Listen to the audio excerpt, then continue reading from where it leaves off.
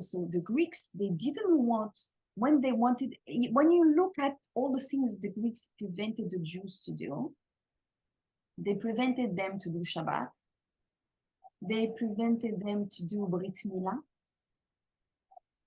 Rosh Chodesh, like to count the Rosh Chodesh, is to know, by counting Rosh Chodesh, you know where all the Jewish holidays are set. And you know, in the Jewish spiritual work, when you align with the Jewish holidays, you are actually aligned to a cosmic calendar, and you're downloading a specific type of light on those specific dates. So every time you are actually observing a Jewish holiday, you are actually doing a spiritual work by downloading specific type of light that the world needs at this moment. Respecting Rosh Chodesh is also about respecting the ritual purity in the Jewish family. You know, for the woman to go to mikveh after having her periods, to respect a certain amount of time after having the period, and going to a ritual of purification that allows her now to unite with the masculine energy in a proper way to give life to birth. Okay, so this is also, we're not going to enter in this subject now, but this was also very important in order to bring souls, you know, to do that in a proper way allows to download souls that are able to carry a higher amount of light. Okay, so the souls that are being born within a couple that respect this frame of energetic purity, they are able to bring a higher level of souls, or at least they are able to give them a container, a body that is able to contain that soul in a better way. And so the other thing that they were preventing them to do was to light the menorah with pure oil. Now, all of those things, so the Shabbat, for example, allows you to enter a portal that is beyond time and space, so to reconnect with this multi-dimensional, multi-dimension, you know, of our living. So when you access this portal, you're able to welcome the extra soul, the Neshama Yetera, the extra soul. It's an extra part of the soul that is actually staying, you know, in the upper world that comes on Shabbat. And while you're receiving this extra part of soul, it allows you to download a different type of light, okay, and understanding and connection. So by respecting the Shabbat, you are allowing this extra quality of light to be downloaded. Same for Brit Mila. Brit Mila is what removes this orla. The orla is like the veil. You know, the part of the Mila that is being cut, it's a veil that is being removed, and that is able to activate when you have all those veils, you know, the veil that we have in the heart, the veil that we have in the Mila, the veil that we have in certain different type of points in the body. When we remove those veils, we are able to activate the light body. And when we activate this light body, we are able to receive a higher quality of light and a higher quantity of light. And all the Torah prescriptions, really, and especially the one that are, you know, talking about the impurity and the purity, they are here actually only to maintain the body in a certain level of frequency that allow you to welcome this light. So same with kashrut, the fact of eating kosher is just to allow your body to be cleansed, to be prepared to hold a certain frequency. So most of the work that we do as Jews, the spiritual work, even if you don't do anything else really, is to be able to hold that frequency. That frequency is affecting the whole world. The same way the other tribes are doing their spiritual work and they hold their own frequency, we also have a part of work to do. To hold that frequency, the prescriptions are eat kosher in this way, you know, do Shabbat in this way, do the kosher Jewish rituals, you know, all the Jewish rituals, they are here just to allow you to hold that frequency.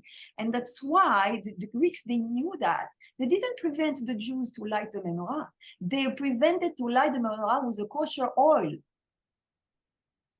Why did they care about that? Why did they care about that? Because they know that, you know, what's the difference between an olive oil on a physical plane, if you take that oil that has been contaminated with a dead, a dead insect or a dead reptile, you know, they were contaminating it with like dead reptiles, you know, you take it on a physical plane, but if you filter it and make sure there's nothing, you know, unclean there, you know, you don't see the difference. You're not able to pinpoint which one has been contaminated, which one has not been contaminated. The only difference is on energetic level. Okay, and that energetic level is that thing that allows you to channel that light.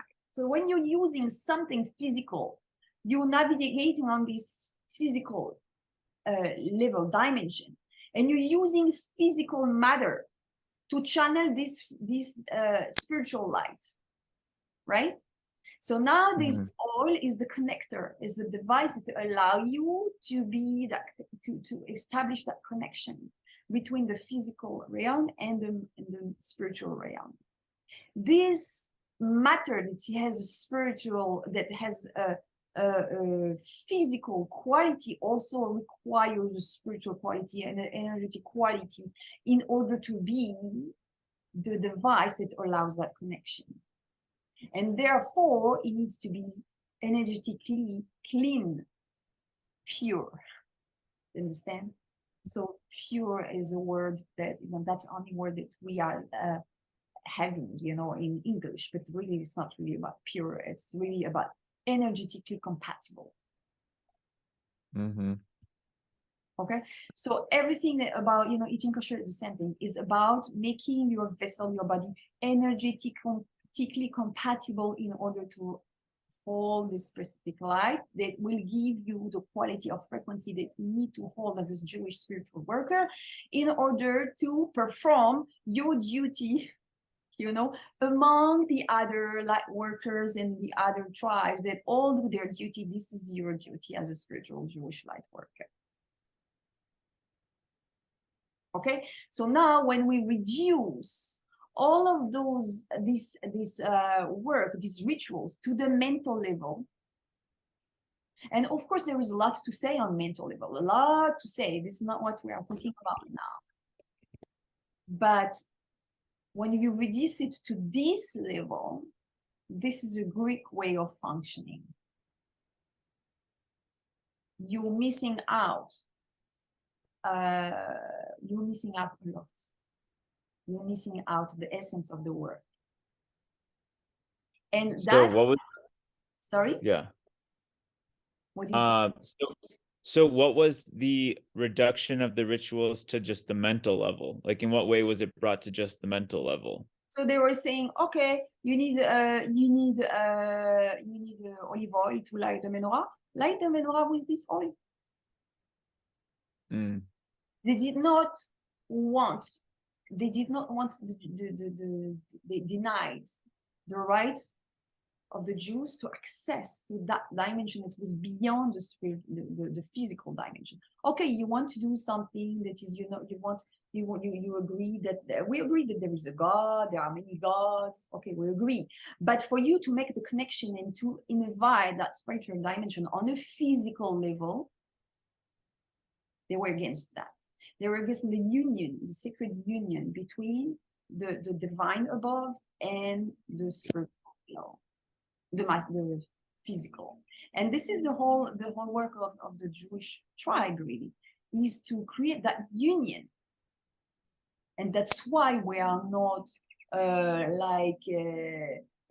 Judaism has never prone going, you know, to caves in order to meditate forever, or, you know, or chastity, or any of these. We are supposed to have that life where we have a family life, and we have a marital life, and we have we in Shabbat we eat, a lot, all kind of beautiful food. We are completely bathing in this physical world, but bringing spirituality into it on everything we do. So any of the rituals that we do that are deprived from that energetic dimension, it's just like the mental thing or just the cultural thing. And the Greek, they knew, because they knew that by allowing the Jews to keep doing their rituals, but without the energetic value of it, it will reduce it to a folklore. And they knew that it would ending up being completely dissolved, because folklore is just, what is folklore? Yeah. It's nice to hear, but it doesn't have any content, really, spiritual content. So if the Jews were about, bringing the spiritual into the physical and, really continuing to live like a physical human experience and just integrating that spiritual into the physical life, right? Like you said, like they'll do the eating and they're meant to work and live family life and all these things. Okay. But, and then, so how would you describe the Greeks? You said like they were in the mental and they're more in like the mental space, but like maybe you can give a little more description or explanation. They agreed that there is a spiritual world that, that exists above there, but they didn't want to integrate this into their life. They were like, it exists, but it's not on this plane. And yeah, but so what do you mean by for that? example, they were like forcing the Jews to eat non-kosher meat.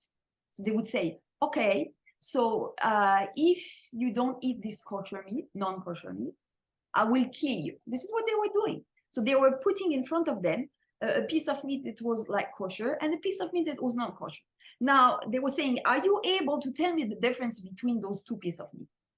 Do you know which one is kosher, which one is not kosher? You don't know. It's just piece of meat, right? You don't even know. Still, you are ready to get killed, for refusing to eat the non-kosher one. How come? And this was a great reminder, because normally, when you do your work properly, you are supposed to feel already. You are supposed to feel the energetic reality of the physical matter when you do your work properly. Now we're losing that connection. We are losing that intuition, because we are disconnected. It's like, for example, in the morning, when my kids don't do Netilat Yadayim in the morning, okay, they wash their hands, but they don't do Netilat Yadayim. So they don't do like the ritual of 6 times that is supposed to remove the impurity of the night. So, it's a different subject, but basically they would wash their hands with soap or whatever, and they would come and they would pretend that they do Netilat Yadayim, but they didn't. Okay? And when I touch them, I know if they did it or not. Now their hands are cold and washed, but because it's something that I've been doing since forever, I integrated that energetic information of how it's supposed to be, with or without. Okay? And so when I touch them, I know, and they're always blown away, because they say, Hamami, how did you know? Yeah. It's impossible. They feel it's impossible to know. Why? Because when you're tuned into the energetic state of the body after or before, you know the difference. Right. And so it was the same. It's the same for everything. It's the same for everything, really. And at this point of their life, they lost that. And so the Greeks were there to remind them, hey, you lost that.